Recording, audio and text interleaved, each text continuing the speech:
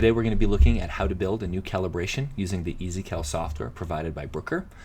Basically this will be done using simple empirical calibrations, and as you see you'll be able to make a pretty effective calibration and load it up to your instrument. Technically this works for both the Tracer 3, Tracer 4, and Tracer 5, but its biggest benefits are really for the Tracer 5i. So first things first, we're going to launch EasyCal, and you'll get this little window here. The very first thing we want to do is go to Tools and S2 Setup. We'll want to make sure we choose EasyCal, and then critically this lets us create a folder with our instrument. So as you can see here, I've got multiple instruments loaded here. EasyCal basically functions by having a master folder for each instrument, and then you can have as many calibrations there as you would like. So we're just going to simulate a new instrument here. So new instrument. And it can be whatever you want, but I'd recommend naming it something related to your serial number. Each instrument has a unique serial number, and you can see several of those here.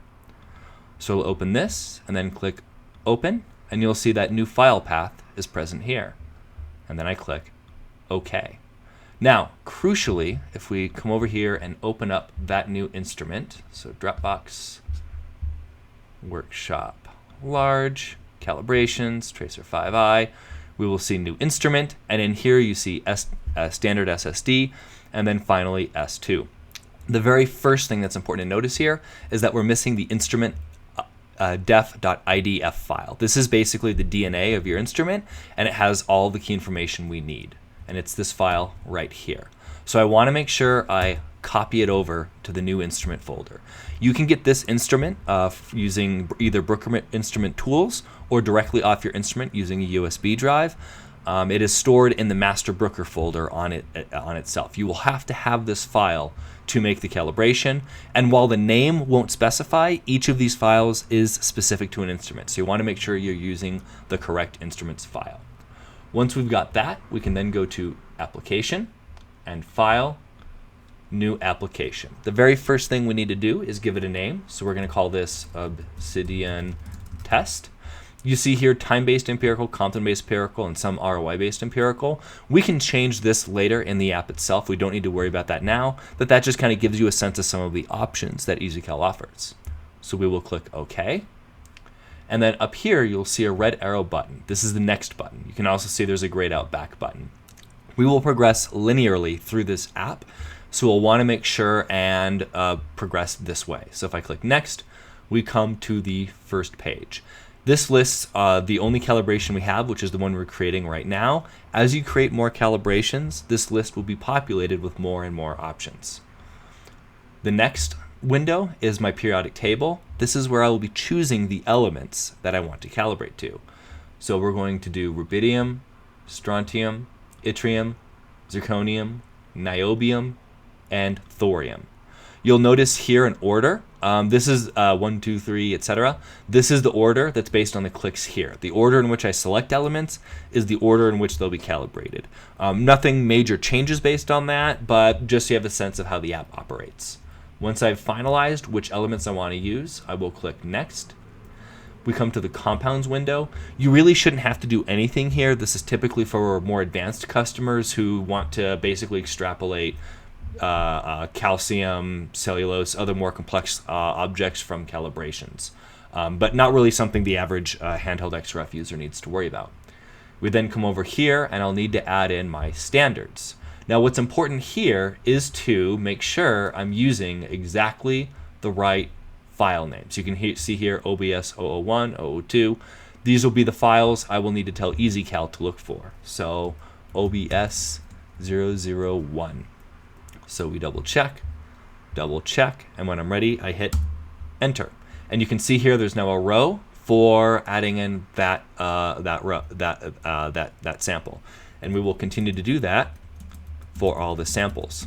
You can see here that in EasyCal, life will be a lot easier for you if you systematically name your objects in our spectrum in a way that is easy to document here. So we'll just do this for a couple minutes.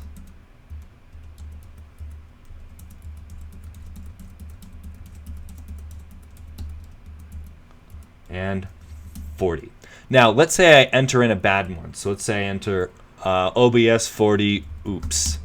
Now I've got a bad standard here. If I want to get rid of that, I can click on there and get rid of it entirely. Yes, I want to get rid of that. And now we're back to our original 40 samples. You can also rearrange samples by selecting here and clicking the up arrow button. That moves it up one.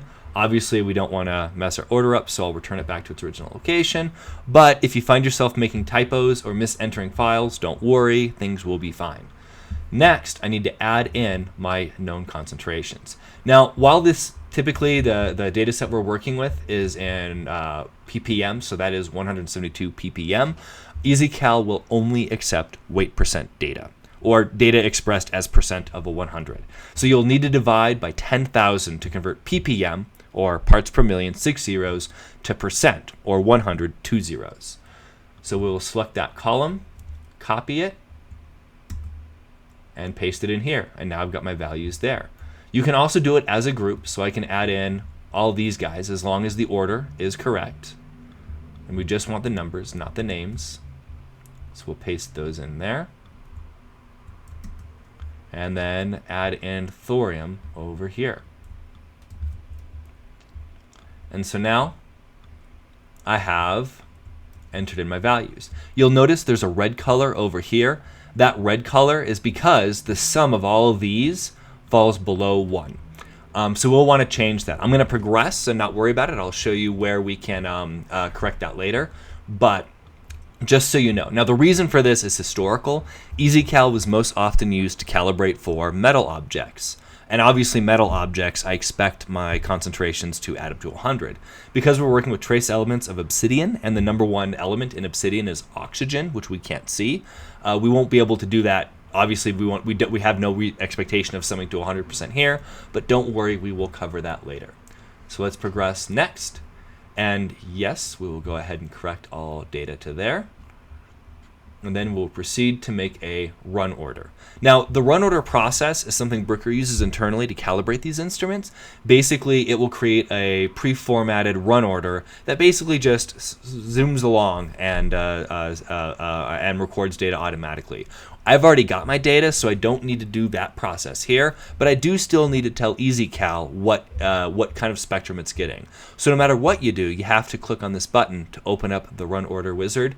You will get this sometimes. That's fine. It's not an essential file. You will get this message the very first time you run a calibration for a new instrument. Basically it is saying that it cannot find the illuminations.dat file. The illuminations.dat file is the file that stores the energy, current, atmosphere, filter, etc. information. We don't expect there to be one because this is the first time making a calibration, but keep in mind this will be another file you'll want to keep track of after you've calibrated your instruments. So we'll click OK. Now, very first thing is you see here I've got which calibration I'm working in and the standards. Make sure this is set correctly. If I have more than one calibration for this instrument, it may not grab the one I want here right off the first bat. So make sure you check that, and you can always verify it because the name of the standard should match exactly what you have in your spreadsheet and what you have in terms of the actual PDZ files you're calibrating for. Next, I need to add in my voltage, which for this data set is 50 keV. If you're not sure, we can open up one of these spectrum, and I can just double check. So in this case, it's 50 keV, 35 microamps, and about 260 seconds.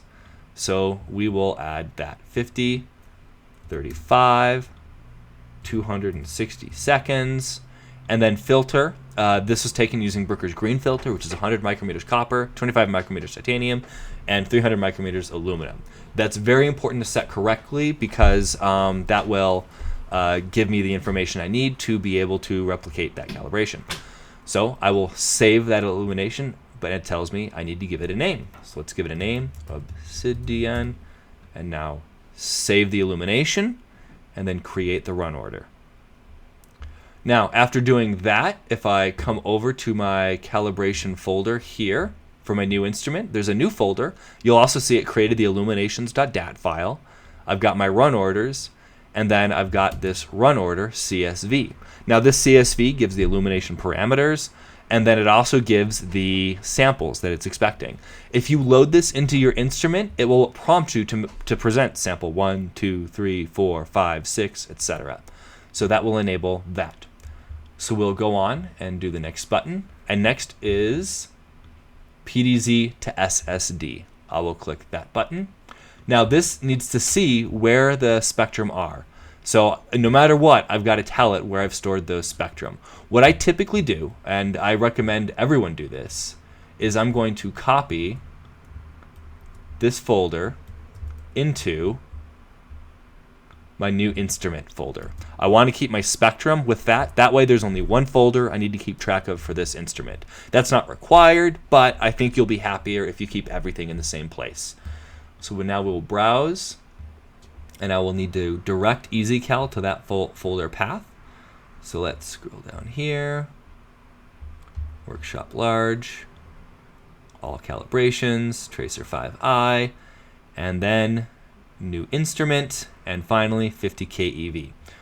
Now I click on this down arrow, and it is going to say, put all those spectra, convert it to SSD, but also organize it so that EasyCal can access it. So I click there, convert SSD to PDZ, it works very fast, and now that is all good to go. If I come to my new instrument folder, standard SSD, libraries, materials, and Obsidian test, I will see all those files ready to go. As you add more calibrations, you will see more folders populate here. You'll want to make sure you select the right folder path in this menu option. So now that we're done, I will close that. We'll move on to calibration, and I come to this page. Now, you see the scary red color? That means it's not going to use those standards. But it does see them. You can see that the file exists. That means it's in the correct directory. What I need to do is come back to standards, and that we run into the same issue we ran into earlier, which is EasyCal is looking for a minimum sample size of 1%. And obviously, the ppm values of strontium and yttrium are not adding up to that. So I'm just going to change that number to 0.0001. And now it'll be a lot happier with these selections. I will come back over to Manage Standards. We'll save that modified group. And now EasyCal's happier. So now I can use all these standards, and we'll progress to the calibration stage. This is where things will get a little more complex because there's lots of options to run through here. Basically, we can think of it as a number of set options. Let me bring up a presentation here to make this a little easier to describe from the presentation I'm making. So we'll come over here and we will review briefly what all is controlled for in EasyCal. So let's just play this. So we're going to be wanting to run through a number of different options. The very first is we want to look at an internal standard, which is basically just normalization, and you have two options. You can normalize by time, or you can normalize by the Compton peak, which is 18.4 to 19.4 keV. That is the inelastic scatter off of your X-ray tube. EasyCal assumes rhodium. If you don't have rhodium, you'll need to contact Brooker, but otherwise you should be set. It'll also add line overlap corrections. This is what happens when I've got one element that overlaps with another. It also corrects for alphas, which are slope corrections. These are where I can use an element as a predictor. So if, for example, iron influences titanium, I can add iron as a predictor to titanium. I can also do an offset. For people who've used calibration software in the past, this step is often done for you by default. We'll just have to manually do it here, which is actually nice because it's not actually what you want to do in all cases, but you know, it's good to have the option. And then finally, we can choose a quadratic regression. That is, instead of using a linear, we'll use a second order polynomial. So those are the options here. And all the buttons are right here. If I flip my mouse over here, this will give me my alphas or coefficients. There's my line overlap. There's my internal standards. Over here, I've got my specific standards directory there. And the specific standards here tells me the known concentration. This is what I put in the table. The XRF concentration, in other words, what this calibration line thinks is in that sample, and then it gives us the absolute and relative deviations from that known. Disable traces, I can have a placeholder T that'll just take out any values I don't know, and then the squared correlation coefficient, this is the R squared. So at 0.94, this is already a pretty good calibration, but we can improve it a little bit. The very first thing I'm going to do is do my offset correction, which improves slightly the model. For this data in particular, a Compton normalization is actually quite good. So let's just tour the different normalizations briefly, though, before we get to there. So right now we're on none, which is basically time-based. If I come to sum of intensities, well, that didn't work. What happens there is it's adding in rubidium, strontium, yttrium, zirconium, and thorium, and then it is showing rubidium as a percent of all those together. Obviously, if you're doing trace ppm data, not the best way to do things, but sum of intensities can work quite well if you're working with metals. If we come to Compton, that's actually a very good curve.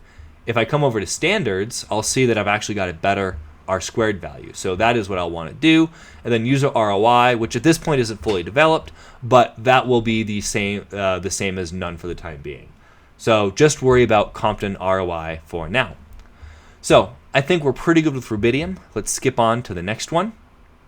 And then strontium. Now, one quick note in EasyCal, if you want to do a normalization, you'll want to keep it the same for all elements. So what I'm actually going to do is do Compton for each one of these guys right off the bat now, so I don't forget that. And then come back to rubidium. So rubidium looks good. Let's move on to strontium. Now strontium is good. Let's do offset. And strontium looks great. If I come over here to look at my standards, R-squared at 0.99. This is not something we need to worry about too much, but this calibration curve is great. Let's move on to yttrium. Do our offset, and you can see here I need to do a little bit more. So in the case for yttrium, I know it has a line overlap with rubidium. That is something I'll want to correct for. So I'll come over here, open up the line overlap video, right click and insert new. Now right now it says it doesn't see any line following the criterion. That's because it's looking for samples that have more than 1000 ppm. I know my standards have lower concentrations, so I can drop that down, and now I can see rubidium. What I can also do is increase my electron volt window, and that will give me even more options. Or you can just type in what you think it would be here. So if I thought it would be lead, I could type it in there. But for now, let's do rubidium K beta, and right now it's going to correct by the measured rubidium K alpha line. I can choose which line. Rubidium K alpha is definitely what I want to use here. So I'll click OK there. You'll see my standard deviation has dropped over here. If I come to the graph, we're not perfect yet, but it's a lot better. The other thing I know is that zirconium can be influencing your yttrium because it's a very large peak on its near its absorption edge. So I can open up my alphas. I can click on zirconium, click computed. My standard deviation has dropped to much lower, and now we're talking. We've got a pretty decent calibration. If I wanted to get rid of that, let's say I didn't want to do that correction, I would come to fixed, and I would return it back to 0, and I'd be back to my original display. So you've got some room to experiment with different options. In this case, we're going to stick to it, and then we're good. Now you can see here the line is pretty good, but there's these 2 points that are driving it apart. And if I move over here, it'll tell me that's sample 6, that's sample 24. I'm actually going to get rid of both of them because I think they're both deviating a bit too much. I do that, my line is good. I come to standards, we're at 0.99, excellent. So let's move on to zirconium. First things first, offset. I need to do something else for zirconium here. Now there's actually 2 things I can do. I could do a quadratic regression, and that obviously works very well. My R-squared is not 0.99. I'm looking pretty good. But this value here has most of the control over this calibration. And that one I'm worried about because it's a very high value. So if I want to, I can also remove that value. And you can see now, this is actually already forming a line. So really, and I have a less derived model. If I add it back in and add quadratic, that's my other 2 options. This gives me 2 very different calibration curves. What I recommend in general is you don't want to have an outlier like this that's way out there. And it's not really an outlier, but my values here are more determined by this value. So what I would recommend doing is if you have a large range of data you're working with, you want to keep that high value because it means that calibration curve is valid for this big gap in between. If, however, you know you're not going to be expecting anything, in this case, less than 1000 ppm zirconium, I would actually recommend using the less derived curve and keeping it simple. Generally speaking, the best correction is no correction. So removing a standard to constrain the range of values is actually preferable. So let's just stick with that. So I will move on to the next element, niobium. We'll add the offset. Still needs a little bit of work. Same deal. If I remove this high value, we're at an R-squared of 0.98. Looks pretty good. Let's come to thorium, add the offset. Looks pretty good. I can get rid of this value if I want, but one thing I'll want to do is I know thorium is right near rubidium. So what I'm going to do here is I'm going to add a correction to rubidium. And I also might want to do an alpha to rubidium since it's nearby it. If I come over here, it's looking a lot better. I can get rid of samples that are causing deviation. And I'm actually pretty happy with this line. So we're good. If I run through here, I've now got pretty good calibration curves across the bat. We're ready to move on to the next stage. I'm going to come over here to the main directory, and I'll click the next button. And it's going to ask me, do I want to save it? Now, if you'll notice here, it wants to save changes to obsidiantest.dvm. This is a draft application. So I haven't committed everything yet, but it will save my progress. I will say yes and save it there. Now I've got a draft calibration to work with. For handhelds, don't worry about modules. Just skip on to application, and you'll see over here, I can now create an application. So I will create, and it gives me a list of all this data. Don't worry about the drift correction data. That's actually not relevant to the instrument we're working with. But overall, everything looks pretty good. So I'm going to come over here to File and Save. Now I can't choose the folder. It will automatically save it into calibrations, the serial number of this unit, and then the name of the calibration .app install. So I'll click OK. And now if I come back over to my calibration folder, so instead I'll go to calibrations, I can see that app install. And this is what you would actually upload to your tracer or Titan to install that application. And then here are the draft and the final applications. So now I've gone through and I've saved it. I will exit out. Let's say I change my mind. And by the way, you can also make sure it quits by coming over to Start Task Manager, Application Processes, and make sure Application Wizard is done. So if I want to change my application, I can come over to File, Open Application. There it is. I can come over, make whatever changes I want. Everything is remembered. You'll also notice, whereas earlier this was empty, now we've got the elements and we've got the timestamp for when the calibration was created. So we will just skip forward here.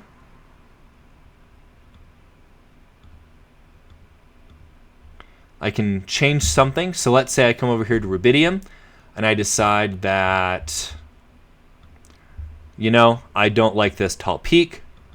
So I'll get rid of that guy, constrain my calibration, come back over to Obsidian Test, save those changes. Now this button is changed to Edit because it sees that the calibration's already there, but that's okay. I'll come File, Save, and I'll just create a new version of that application. So that is an overview of all of EasyCal's features. As you can see, once you've got your folder system set up, it's a pretty quick calibration process, certainly quicker than most other offerings out there. So that is available to you to use. If you have any questions, you're welcome to email me at b.lee.drake@gmail.com. You can also touch base with your local broker representative if you have questions for them as well. Thank you very much and have a great day.